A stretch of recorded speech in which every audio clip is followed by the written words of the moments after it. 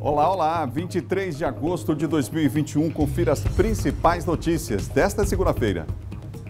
Começam hoje as inscrições para a segunda fase do auxílio combustível. Acidentes marcam o fim de semana na capital e no interior. Veja ainda quem vacina em São Luís e em cidades do interior do estado nesta segunda-feira. Projeto que visa o desenvolvimento de ações sustentáveis no turismo é lançado em São Luís.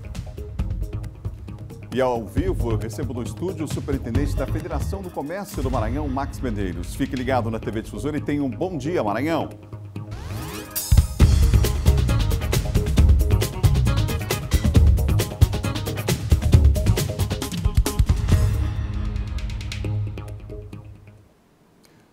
Uma excelente semana para você que acompanha a gente aqui na TV Difusora. Estamos começando o Bom Dia Maranhão. Um ótimo dia para você na capital, no interior do estado também. Você que vem com a gente aqui todas as manhãs tomar o seu café da manhã com as principais notícias do dia. A gente fica muito feliz com isso e agradece em nome de toda a equipe que chega na madrugada aqui para fazer esse jornal que você acompanha e que é o mais tradicional da TV do estado do Maranhão. Até às 8 horas, quando chega o primeiro impacto, a gente vai estar junto por aqui com muita informação para você, viu? Ótimo dia para você, para sua família, muita paz, muita saúde nessa semana que está começando. Então, você aí, ó, é hora de se encher de esperança aí. Vamos em frente, vida que segue. Bom saber que você está com a gente nessa manhã. Quem foi nesse domingo à feirinha da cidade viu um assunto sério na área da saúde sendo mostrado de forma leve e lúdica no Espaço Kids. Um teatro de fantoches foi a atração. Vamos ver? Você certamente já ouviu aquela expressão que diz que o cachorro é o melhor amigo do homem, mas esse amigo pode esconder um inimigo silencioso, a leishmaniose. A preocupação com o aumento de casos da doença que é transmitida aos seres humanos através dos animais é o tema de uma ação que está sendo realizada por alunos e professores da Faculdade Uninasal. Eles estão aproveitando o público que visita a Feirinha São Luís para conscientizá-los sobre a prevenção e gravidade da leishmaniose. Os dados eles têm mostrado que esse ano, esses 2 últimos anos, a gente teve uma taxa muito grande de morte em pessoas, certo, com leishmaniose. Então, o que é o nosso objetivo? É trazer instruções sobre o que é a doença, as formas de controle, prevenção e também tratamento, Porque a leishmaniose ela é uma doença que ela tem tratamento para os animais.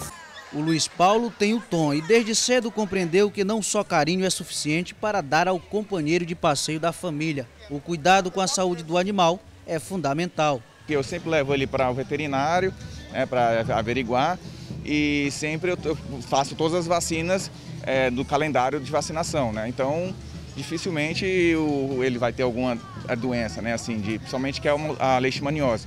No Maranhão, em 2020, foram confirmados 344 casos de leishmaniose. Entre janeiro e julho deste ano, o número já ultrapassou 111 casos. Essa médica veterinária alerta que, em muitos casos, o animal não apresenta sinais da doença. Por esse motivo, é importante adotar medidas de prevenção para manter o bem-estar não só do animal, mas também de toda a família. A leishmaniose, ela pode se apresentar de 2 formas, que ela é conhecida popularmente como calazar. A forma sintomática, onde a gente vai ter um animalzinho que ele vai ter sinais da doença, e a assintomática, quando a gente tem algum animal que ele não vai ter nenhum sinal da doença. Por isso que é importante sempre a gente utilizar coleiras repelentes, que é o que os estudos eles têm mostrado que é o melhor resultado, certo? E levar constantemente o nosso pet para um médico veterinário para fazer exames e avaliações. Lá tem o Espaço Pet e o Espaço Kids também. Muito legal ter usado o Espaço Kids para falar de um assunto sério como a leishmaniose, essa doença aí que ainda precisamos combater. Vamos em frente, você ligado aqui na TV Difusora. A gente acompanha agora os dados do último boletim epidemiológico divulgado pela Secretaria de Estado da Saúde. Está na tela, ó. 345.949 os casos confirmados, esse é o boletim de ontem à noite. 301.269 o número de recuperados, esse é o mais recente boletim divulgado pela Secretaria. 34.758 o número de casos ativos. Os óbitos agora chegam a 9.922 e a gente, claro, sempre lamenta. Nas últimas 24 horas, há o registro dos casos na Ilha de São Luís, 5 casos, 2 em Imperatriz e 110 nas demais regiões. A gente sempre explica que hoje é segunda-feira, a semana está começando e aí esses números geralmente são menores. A partir de amanhã eles começam a aumentar e a gente tem uma ideia da média de casos aí, dos novos casos nas últimas 24 horas, tá bom? Que tal a gente acompanhar agora os números da vacinação no estado? Já já os nossos repórteres vão trazer quem tem direito a vacinar a partir de hoje, hein? Mas aqui na tela eu tenho o vacinômetro, 4.718.936 doses aplicadas entre D1 e D2, ou seja, a primeira e segunda dose. Em São Luís eu tenho 1.058.305 doses aplicadas. Esse é o dado da capital maranhense, portanto, números atualizados para você em relação à vacinação na capital e também no interior do estado. Agora nós vamos com os nossos repórteres que estão prontos, preparados para trazer mais informação para você aqui no nosso Bom Dia. Vem comigo aqui, ó, na tela. São Luís, Imperatriz e Caxias, as três grandes cidades aqui do nosso estado, três importantes cidades. Conosco o Bial em São Luís, a Raquel em Caxias e o Emerson em Imperatriz. Começar com São Luís, com Bial. Bial, hoje não tem vacinação de primeira dose aqui, somente segunda dose, é isso? Bom dia. É isso, bom dia Adalberto, bom dia Raquel e bom dia Emerson. Segunda dose da vacina, por isso quem se inscreveu, que acessou aí a plataforma e que agendou para o dia de hoje, deve comparecer em uma das unidades de vacinação para receber a segunda dose. Coronavac, Pfizer e também AstraZeneca. Coronavac e Pfizer, a vacinação acontece no Sebrae. AstraZeneca, nos 8 pontos divididos pela Grande São Luís, Sebrae, UFMA, UEMA, UNDB e IFMA Maracanã, que são os centro de vacinação, e tem também os drive-thrus da UFMA, UEMA, SEUMA e Shopping da Ilha. Compareça levando os seus documentos, não perca a sua data, não perca também o horário e continue usando máscara, lavando as mãos e mantendo o distanciamento, que é a orientação para você que mesmo vacinado, mesmo recebendo a segunda dose, deve continuar se cuidando. Então hoje, aqui em São Luís, lembrando, não perca Coronavac, Pfizer e AstraZeneca, segunda dose de vacinação a partir das 8 até às 18 horas. Adalberto. Obrigado, Bial. Bial Mendes em São Luís. Agora a gente vai para Caxias. Ô, Raquel, como é que vai ser? Como é que começa a semana de vacinação aí em Caxias? Bom dia.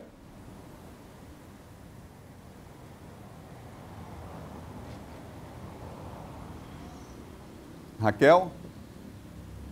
Opa, agora sim estou te ouvindo. Bom dia, Adalberto.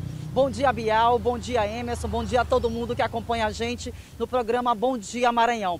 Bom, o público-alvo da vacinação aqui no município de Caxias continua a população em geral a partir de 12 anos de idade.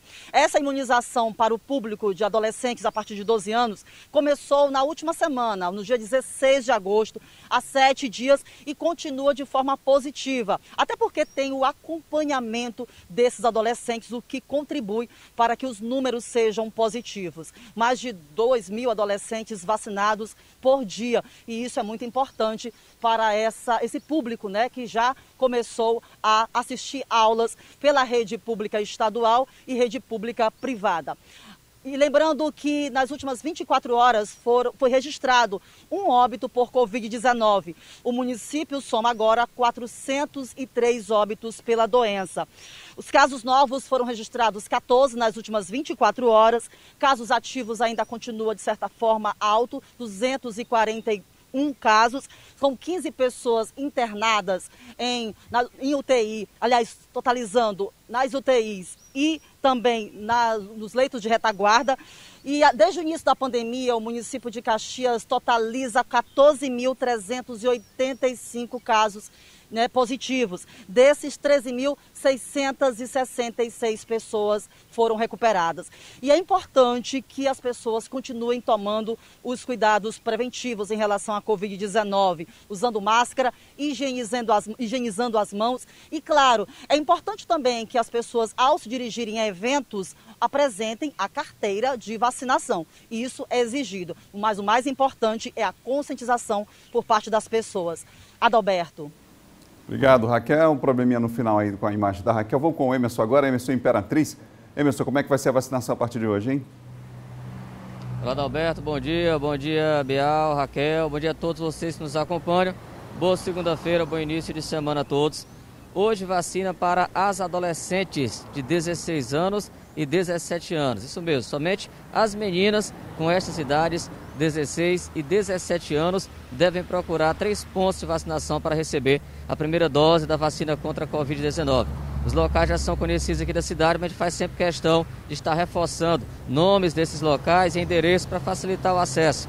Um dos pontos de vacinação é a Maçonaria Lauro Tupinambá Valente, que fica na rua Coriolano Milhomem, no bairro Bacuri. A Escola Maria Francisca Pereira, na Avenida Newton Belo, cruzamento com a Avenida Industrial, no bairro Santa Inês. E a Escola Madalena de Canossa, que fica no Parque Sanharol.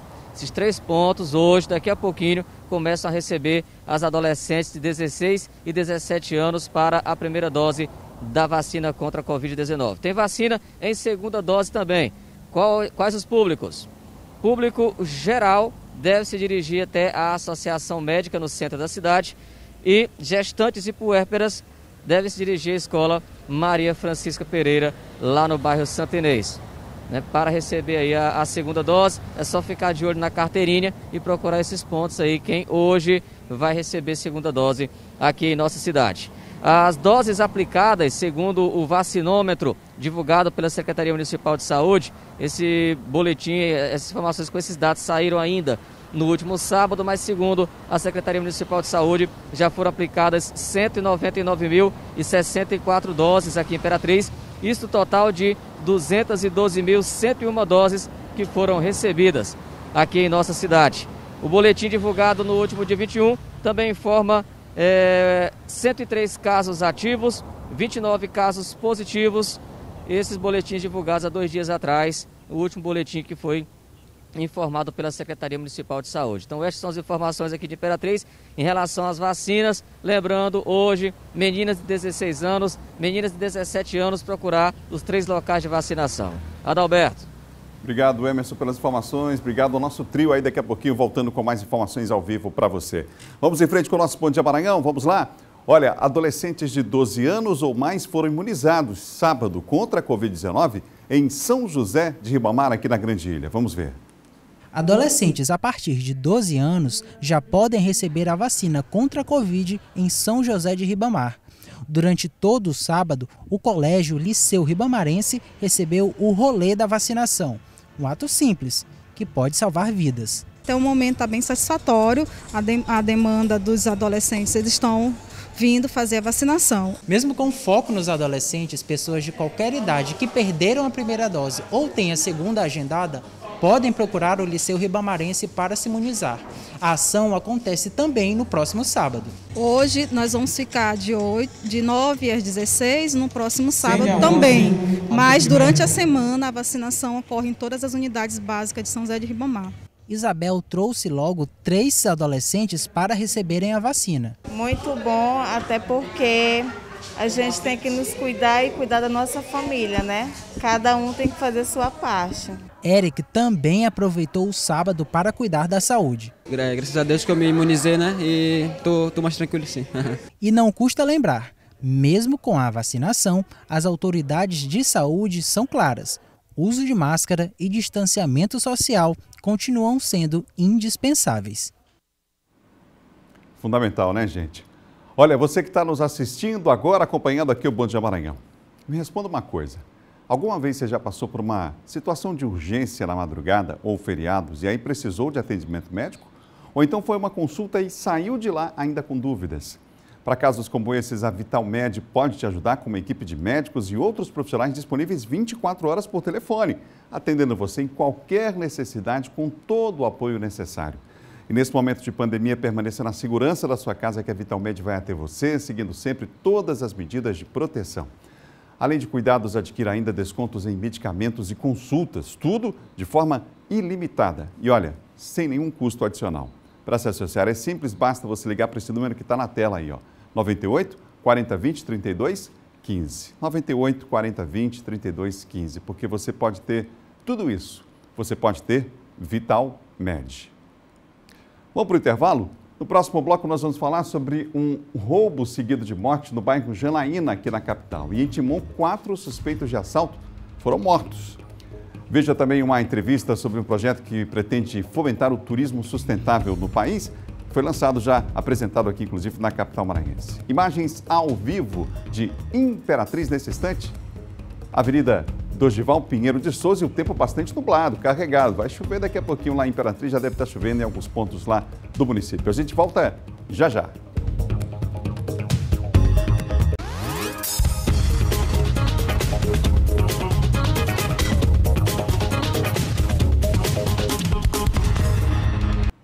Voltamos ao vivo com o Bom Dia Maranhão para todo o estado, aqui pela TV Difusora. Agora a gente vai falar de segurança e a gente começa com Imperatriz. Infelizmente, o final de semana foi de muitas ocorrências policiais em Imperatriz, não é, Emerson? Está comigo o Emerson Pinto, porque lá, por exemplo, um sargento do Exército, infelizmente, perdeu a vida em um acidente na BR. Quase toda segunda-feira o Emerson está aqui com a gente falando de acidentes, em especial na BR. As pessoas têm que ter mais cuidado, enfim, a gente não sabe aí as circunstâncias desse caso, mas de todo modo fica aqui o alerta para os motoristas, né, Emerson? Exatamente, Adalberto. Esse caso aconteceu ainda no sábado. Sábado pela manhã, o jovem sargento de 23 anos de idade, lotado no 50º Batalhão de Infantaria de Selva, Danilo de Lima Bom Jardim, ele se deslocava entre Imperatriz e o município de Açailândia, seria morador de Açailândia, tinha saído aqui de Imperatriz há poucos minutos na motocicleta dele e ao chegar ali próximo ao povoado 1700, que fica no trecho ali do quilômetro 1700 da BR-010, entre os dois municípios, ele acabou colidindo com uma van e morreu no local em decorrência da força do impacto, da gravidade do impacto. Jovem de 23 anos, Danilo de Lima Bom Jardim.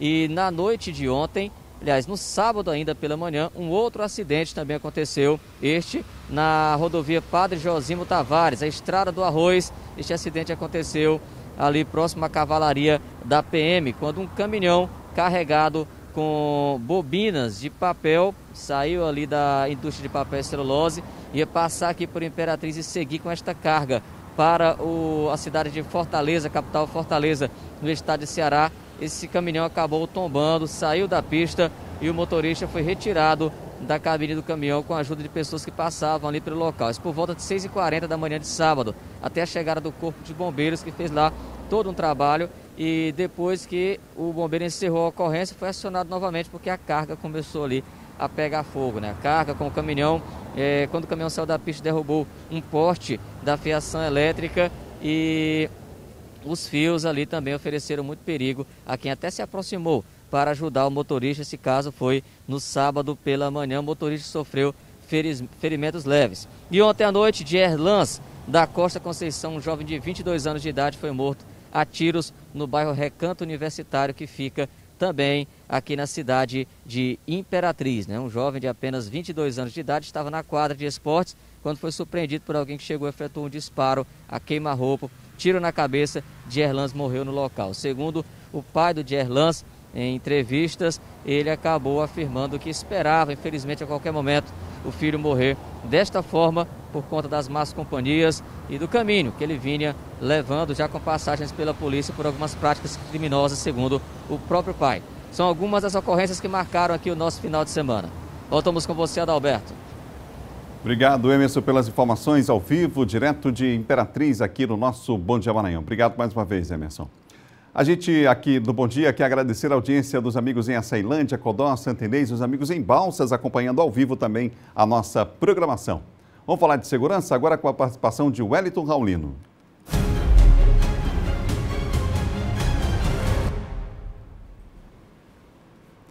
Boa semana, boa segunda-feira, Raulino. Para você também, Adalberto, bom dia, boa semana a todos.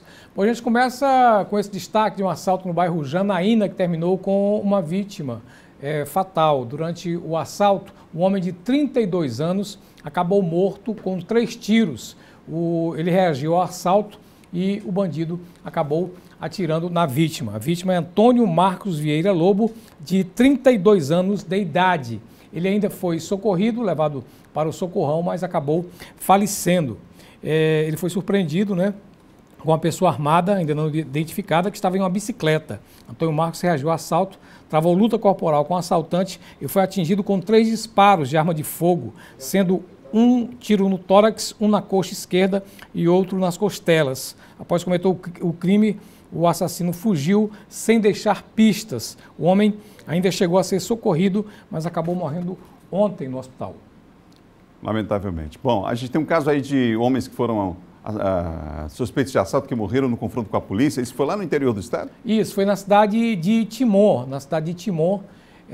4 homens, 4 suspeitos de assalto acabaram morrendo em confronto com a polícia e mais 2 foram presos. Esses 4 homens estavam em um Gol e foram identificados como André Vieira da Silva, Vinícius Gabriel Sampaio, Francisco Ranchiel Matias dos Santos e Celso Anderson Silva Souza. Eles morreram após confronto com a Polícia Militar em Timon. Outros 2 indivíduos foram presos durante essa ação policial. De acordo com as informações do 11º Batalhão da Polícia Militar de Timon, o caso teve início quando, no bairro São Benedito, em que 6 homens roubaram um carro de uma mulher e os policiais foram informados e passaram a procurar o veículo. Segundo a PM, o veículo foi avistado por uma guarnição e foi iniciada uma perseguição com troca de tiros. Na ocorrência foram apreendidas 4 armas de fogo, sendo 2 pistolas calibre 380 e 2 revólveres calibre 38. A PM informou ainda que todos os 6 homens que ocupavam o carro são envolvidos com facções criminosas e ainda que todos tinham passagens pela polícia. O detalhe é que um deles utilizava uma tornozeleira eletrônica. Obrigado, Raulino. Até amanhã. Até amanhã. Wellington Raulino com a gente falando de segurança aqui no Bom Dia. Vamos mudar de assunto? Vem comigo aqui, ó. Estimular o turismo sustentável. Essa é a proposta do projeto Vai Turismo, realizado pela Confederação Nacional do Comércio. O projeto também tem como objetivo encontrar aí alternativas aos impactos causados pela pandemia no setor. Alexandre Sampaio, diretor da Confederação Nacional do Comércio de Bens, Serviços e Turismo, veio com uma equipe à capital maranhense para fazer uma conexão de propostas e entidades rumo a um objetivo comum: desenvolver destinos turísticos de forma sustentável. E a CNC entendeu, sob a liderança do doutor-presidente José Roberto Tadros e com a nossa coordenação, que era importante a gente ter um passo diferente, não só no sentido preventivo do que vai ser, e vão vir, inexoravelmente, outras pandemias no futuro, devido à situação da civilização ocidental, que nós precisávamos ter algumas medidas de incentivo ao setor de turismo, por essa característica de presencial. As conexões servem para que sejam recomendadas políticas públicas aos poderes executivos estaduais e nacional. A ideia é debater propostas que sirvam para alavancar o turismo, principalmente após o impacto causado pela pandemia. A CNC lançou o projeto Vai Turismo para formular orientação ao Poder Executivo de cada estado e nacional sobre as estratégias, necessidades e políticas públicas para o turismo. O projeto tem 4 fases no cronograma. Uma palestra sobre o projeto foi ministrada para um público-alvo específico: gestores de pastas de turismo, empresários do setor, representantes de sindicatos patronais do Maranhão e outros estados. O turismo entra agora em uma nova fase, respeitando os protocolos sanitários impostos por conta da pandemia. O turismo, ele é o setor que consegue permear toda a atividade empresarial e que tem nos insumos básicos, quase todos os estados brasileiros têm. Belezas naturais, acessibilidade, processo de inclusão com baixa demanda de qualificação profissional. Em suma, ele reúne as condições adequadas de uma economia ainda em desenvolvimento, com muitas diferenças sociais e que pode ser potencializado. Nós vamos falar mais sobre o projeto Vai Turismo. Aqui no estúdio eu recebo o Max Medeiros, que é superintendente da FEComércio, está comigo aqui. Max, bom dia. Bom dia, Adalberto. Max, a gente sabe dessa indústria que tem crescido no mundo inteiro, claro que foi extremamente impactada pela pandemia, mas uma indústria, inclusive, sustentável por natureza, né? E que precisa, em outros aspectos, ampliar essa sustentabilidade. Mas assim, e sabemos que turismo gera renda, gera emprego, você tem um ganho absolutamente significativo. Por que ainda existem entraves para que essa atividade se desenvolva como deveria, Max? Quais são os gargalos principais? Adalberto, o turismo, sem dúvida, foi um dos setores mais atingidos por essa pandemia. Não se faz turismo à distância, turismo pede proximidade. De um modo geral, a gente vê que faltam políticas públicas que incentivem, que vejam o turismo com essa centralidade, com essa oportunidade de impulsionar a economia como um todo, Adalberto. Quando a gente fala de políticas públicas voltadas para o turismo, a gente está falando de uma transversalidade de políticas públicas. A gente está falando de mobilidade urbana, a gente está falando de segurança pública, iluminação.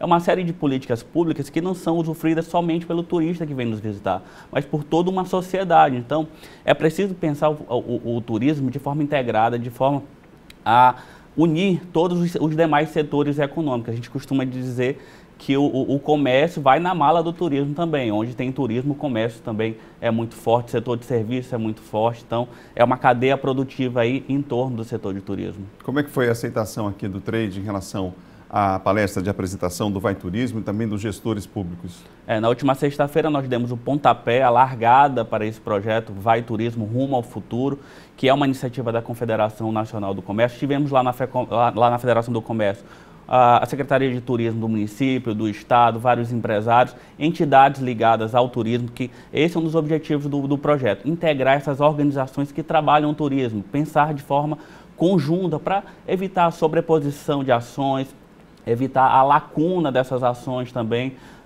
Normalmente a gente tem muitas entidades que atuam de forma independente, isolada até. Então o objetivo do turismo é dialogar com todas essas entidades ligadas ao turismo, e aí a gente está falando de ABAV, que representa o setor de agência de viagem, a Brasel, SEAMA, do setor de hospedagem e alimentação, são várias entidades. Nós vamos integrá-las, discutir essas propostas para que a partir do ano que vem nós possamos entregar essas propostas para os postulantes ao executivo, tanto ao executivo estadual, no caso dos candidatos a governador, quanto nacionalmente ao Executivo Nacional, os candidatos à presidência da República e também para o Legislativo, para que no próximo quadriênio, os próximos 4 anos, o turismo possa ser pensado a partir dessa plataforma que vai ser discutida nacionalmente. Não é só aqui no Maranhão. Todos os estados ligados à Confederação Nacional vão discutir o mesmo projeto e construir junto essa plataforma para ser entregue aos governantes para o próximo quadriênio. Então, isso aí está incluído entre essas 4 fases do projeto. Eu queria que você falasse um pouco mais detalhadamente sobre elas.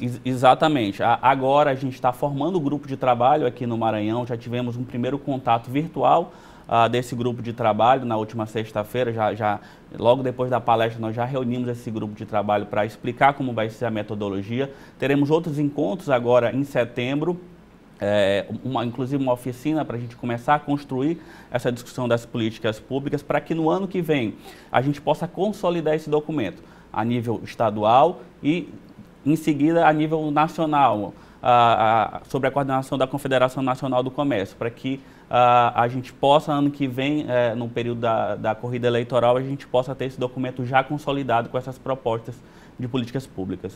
A gente tem uma situação aí relacionada também à própria infraestrutura, quer dizer, cada um precisa fazer o seu dever de casa, o seu papel.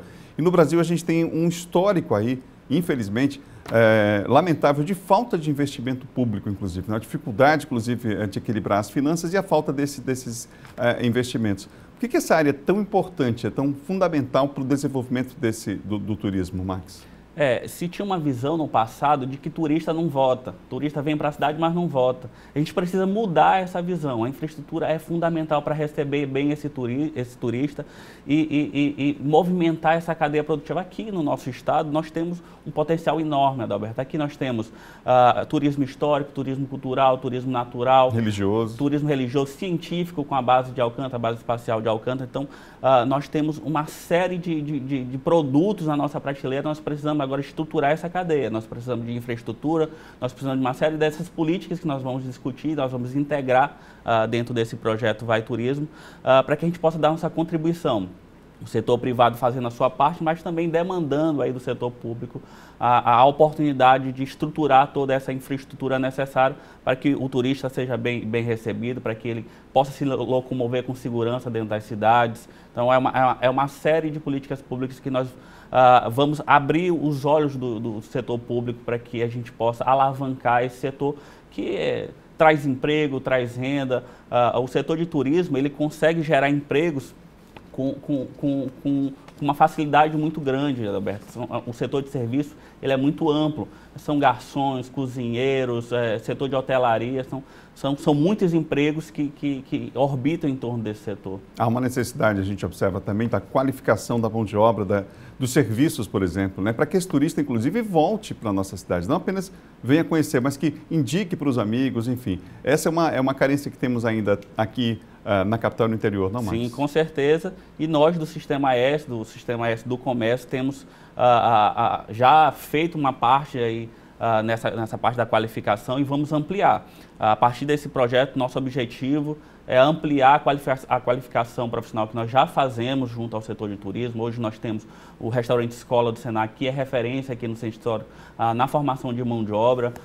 Muita gente acha que é até um restaurante comercial, não é. É um restaurante escola que serve para a formação de cozinheiros, garçons, toda a mão de obra voltada ao setor de restaurantes. E vamos ampliar ainda mais no setor de hotelaria, todos os setores de serviço aí, que formam o setor de turismo. Nós vamos ampliar a nossa participação na formação tanto de mão de obra quanto também de qualificação empresarial, para que a gente tenha empreendimentos cada vez mais qualificados, aí, otimizando os esforços. E aí demandamos também do setor público essa parceria. Não adianta só um lado fazer, só o setor privado ser responsável por essa qualificação. Nós demandamos também do setor público essa parceria para que a gente possa ir mais longe nessa qualificação.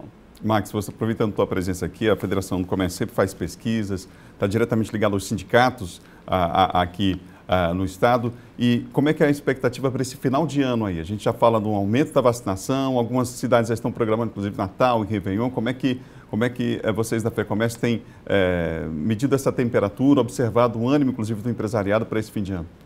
Do ponto de vista do empresariado, a gente tem um otimismo bastante forte, uma confiança bastante forte no futuro, numa recuperação após esse processo de vacinação da população. Do lado do consumidor, a gente ainda tem um certo pé no freio com relação a esse otimismo. A gente tem um endividamento muito alto da Alberto, uma inadimplência ainda muito persistente, com a renda das famílias bastante comprometida ainda, que o mercado de trabalho está se recuperando, mas ainda não se recuperou de forma mais contundente. E aí a gente ainda tem uma pressão inflacionária que corrói os salários das famílias. Então a gente ainda tem uma crise de renda a ser resolvida para que a gente possa impulsionar de forma mais forte esse volume de vendas. A perspectiva é que a gente vá fazendo essa recuperação mês a mês. Estamos vendo isso, Dia das Mães já tivemos uma recuperação em relação ao ano passado, Dia dos Pais também. Já se aproxima o Dia das Crianças, que é uma data importante também para o comércio. A perspectiva é chegar no final do ano com uma boa perspectiva de venda, pelo menos uma plataforma de recuperação para que ano que vem seja ainda melhor do que foi esse ano de recuperação de 2020, com a população já 100% vacinada. Max, obrigado pela presença aqui no estúdio. Lembrando que no caso do projeto Vai Turismo, próxima reunião agendada para o mês que vem, em setembro, né? A gente ainda não fechou uma data, a gente vai alinhar com o grupo de trabalho, com os consultores que são do Rio de Janeiro. A gente vai alinhar uma data para dar continuidade. Essas são mais 3 reuniões pela frente, para que a gente possa dar prosseguimento. E importante, Adalberto, só para terminar, os empresários que não estiverem nesse grupo de trabalho, que quiserem participar, eles podem participar através do www.vaiturismo.com.br. Lá tem um formulário, as suas sugestões, as suas demandas podem ser incluídas lá, que a gente vai receber e também vai trazer para dentro desse documento. Obrigado, Max, mais uma vez pela entrevista. Eu que agradeço, muito obrigado. Vamos para o intervalo? No próximo bloco tem de Ocutrim, o bloco de política. Sarney, Fernando Henrique, Collor, Lula e Temer consultam quartéis sobre golpe. A gente volta já com Bom Dia Maranhão, imagens ao vivo nesse momento de Caxias. Depois do intervalo a gente vai falar ainda sobre o auxílio combustível, hein, gente? Aí a Avenida Senador Alexandre Costa com imagens ao vivo nesse instante de Caxias. Nós voltamos já.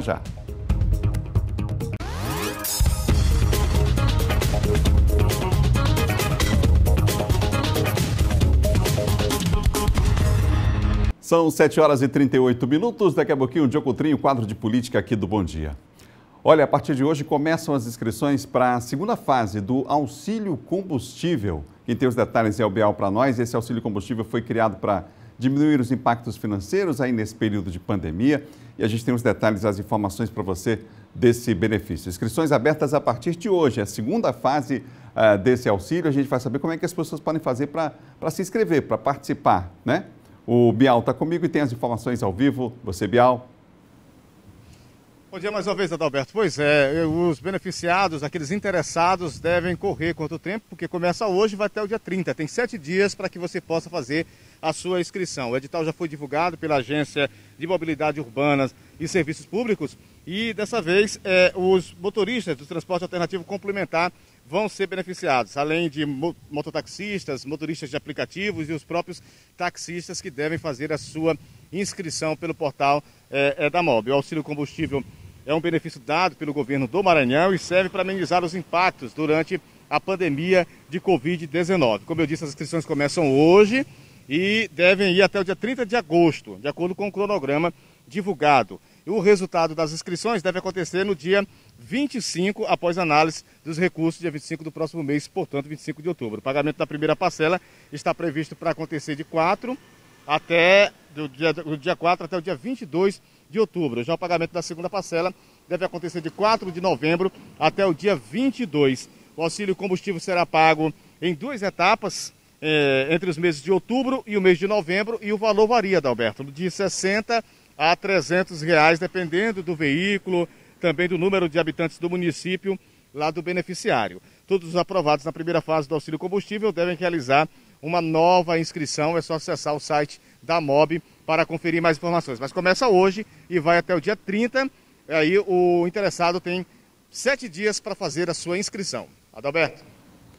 Obrigado, Bial, pelas informações. São 7 horas e 41 minutos. Bial Mendes em São Luís, aqui na capital, trazendo informações para nós ao vivo.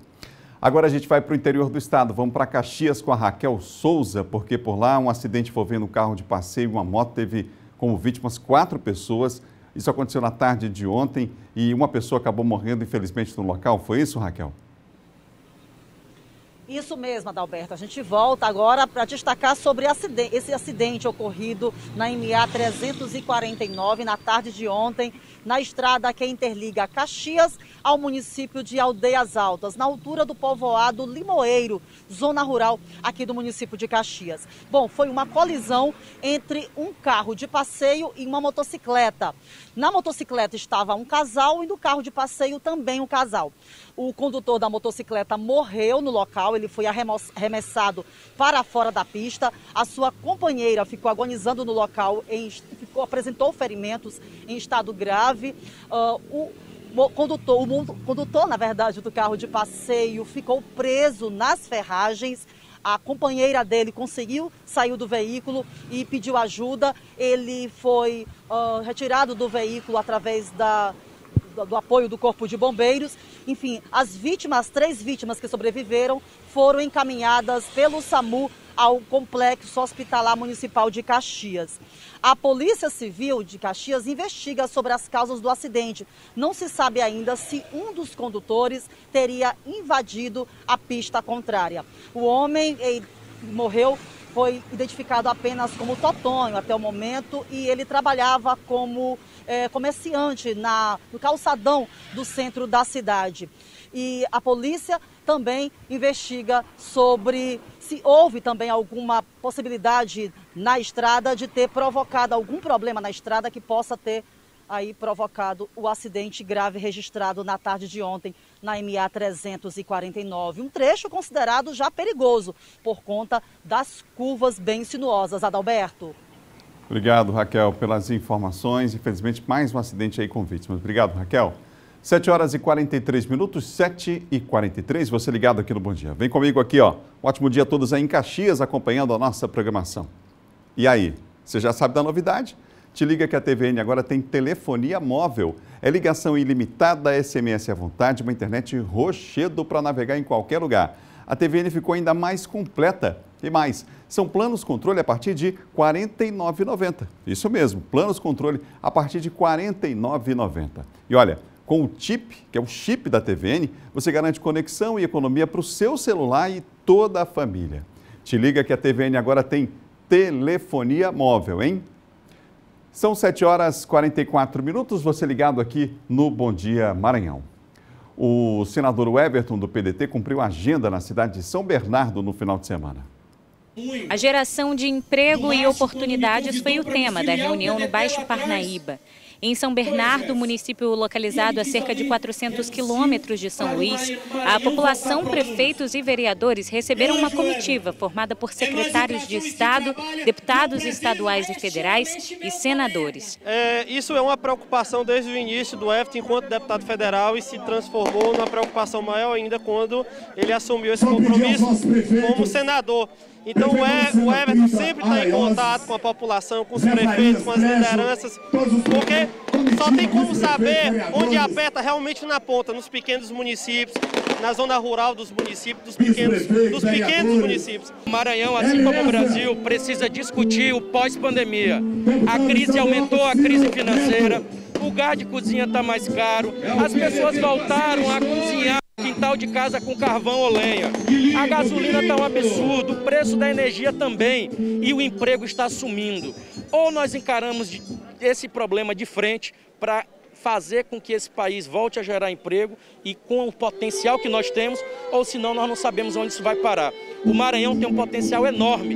Nós precisamos industrializar esse estado, gerar mais emprego e, acima de tudo, pegar todas as regiões e dar as suas potencialidades e a toda a sua vocação econômica, todo o apoio, toda a mão amiga do Estado para ajudar os pequenos e os médios que sabem fazer, que geram emprego e fazem acontecer.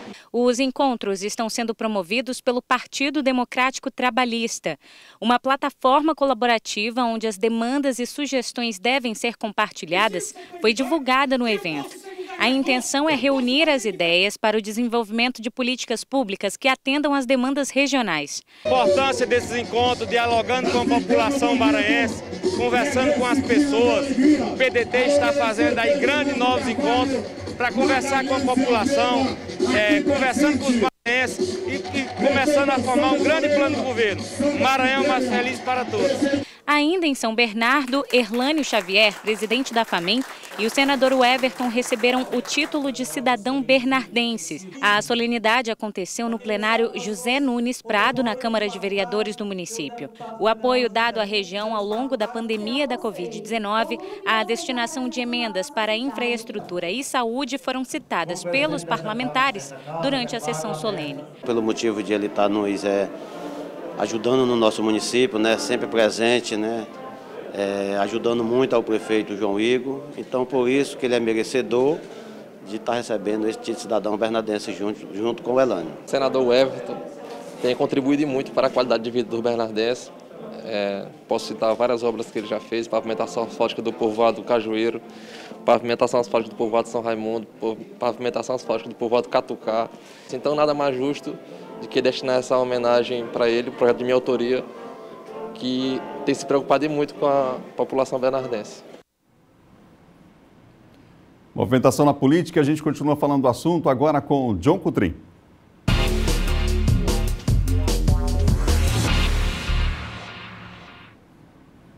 Bom dia, John. Bom dia, Adalberto. Bom dia a todos. A gente falava aqui da segunda-feira passada que daqui para frente vai ser assim, o final de semana sempre bastante movimentado. Temos hoje, inclusive, lá em Timon, uma ação que vai acontecer. O vice-governador Carlos Brandão estará lá? O vice-governador Carlos Brandão estará numa agenda de inaugurações na cidade de Timon, né, Adalberto? E lá em Timon, né, está dividido, né, os grupos locais. Né? Lá, por exemplo, o Luciano Leitor, o grupo do Luciano Leitor com a prefeita Dinaí Veloso são aliados do senador Everton, né?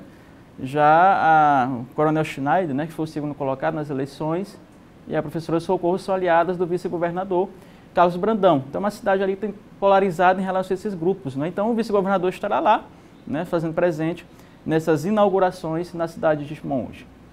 O senador Roberto Rocha reclamou da equipe econômica do Jair Bolsonaro. Ele é apoiador do presidente, né? Ele é apoiador, Adalberto, mas o que está acontecendo? O senador Roberto Rocha ele é o relator, né, da reforma tributária ali no Senado. Só que ele está havendo conflitos entre o senador Roberto Rocha e a equipe econômica do presidente Bolsonaro no que diz respeito a essa reforma tributária, né? Equipe econômica liderada pelo Guedes, ministro Guedes, né? O Roberto Rocha quer uma reforma tributária mais ampla, né? Mais ampla. E só que na reunião, numa audiência que aconteceu na sexta-feira passada, né? Tanto o Guedes quanto o Tocha, que é da Receita Federal, lá, eles propuseram, né, votar em separado, né? Ou seja, uma reforma tributária faseada ou fatiada. E o senador Roberto Rocha disse que é importante que se faça uma reforma ampla, que inclua, né, todos os impostos sobre serviço, simplifique, não é? Não que seja votado fatiado ali na Câmara Federal, no Congresso. Então, isso tem gerado, né, o senador Roberto Rocha avalia que tem maioria no Senado para aprovar isso, né? Ele não entende por que não se coloca.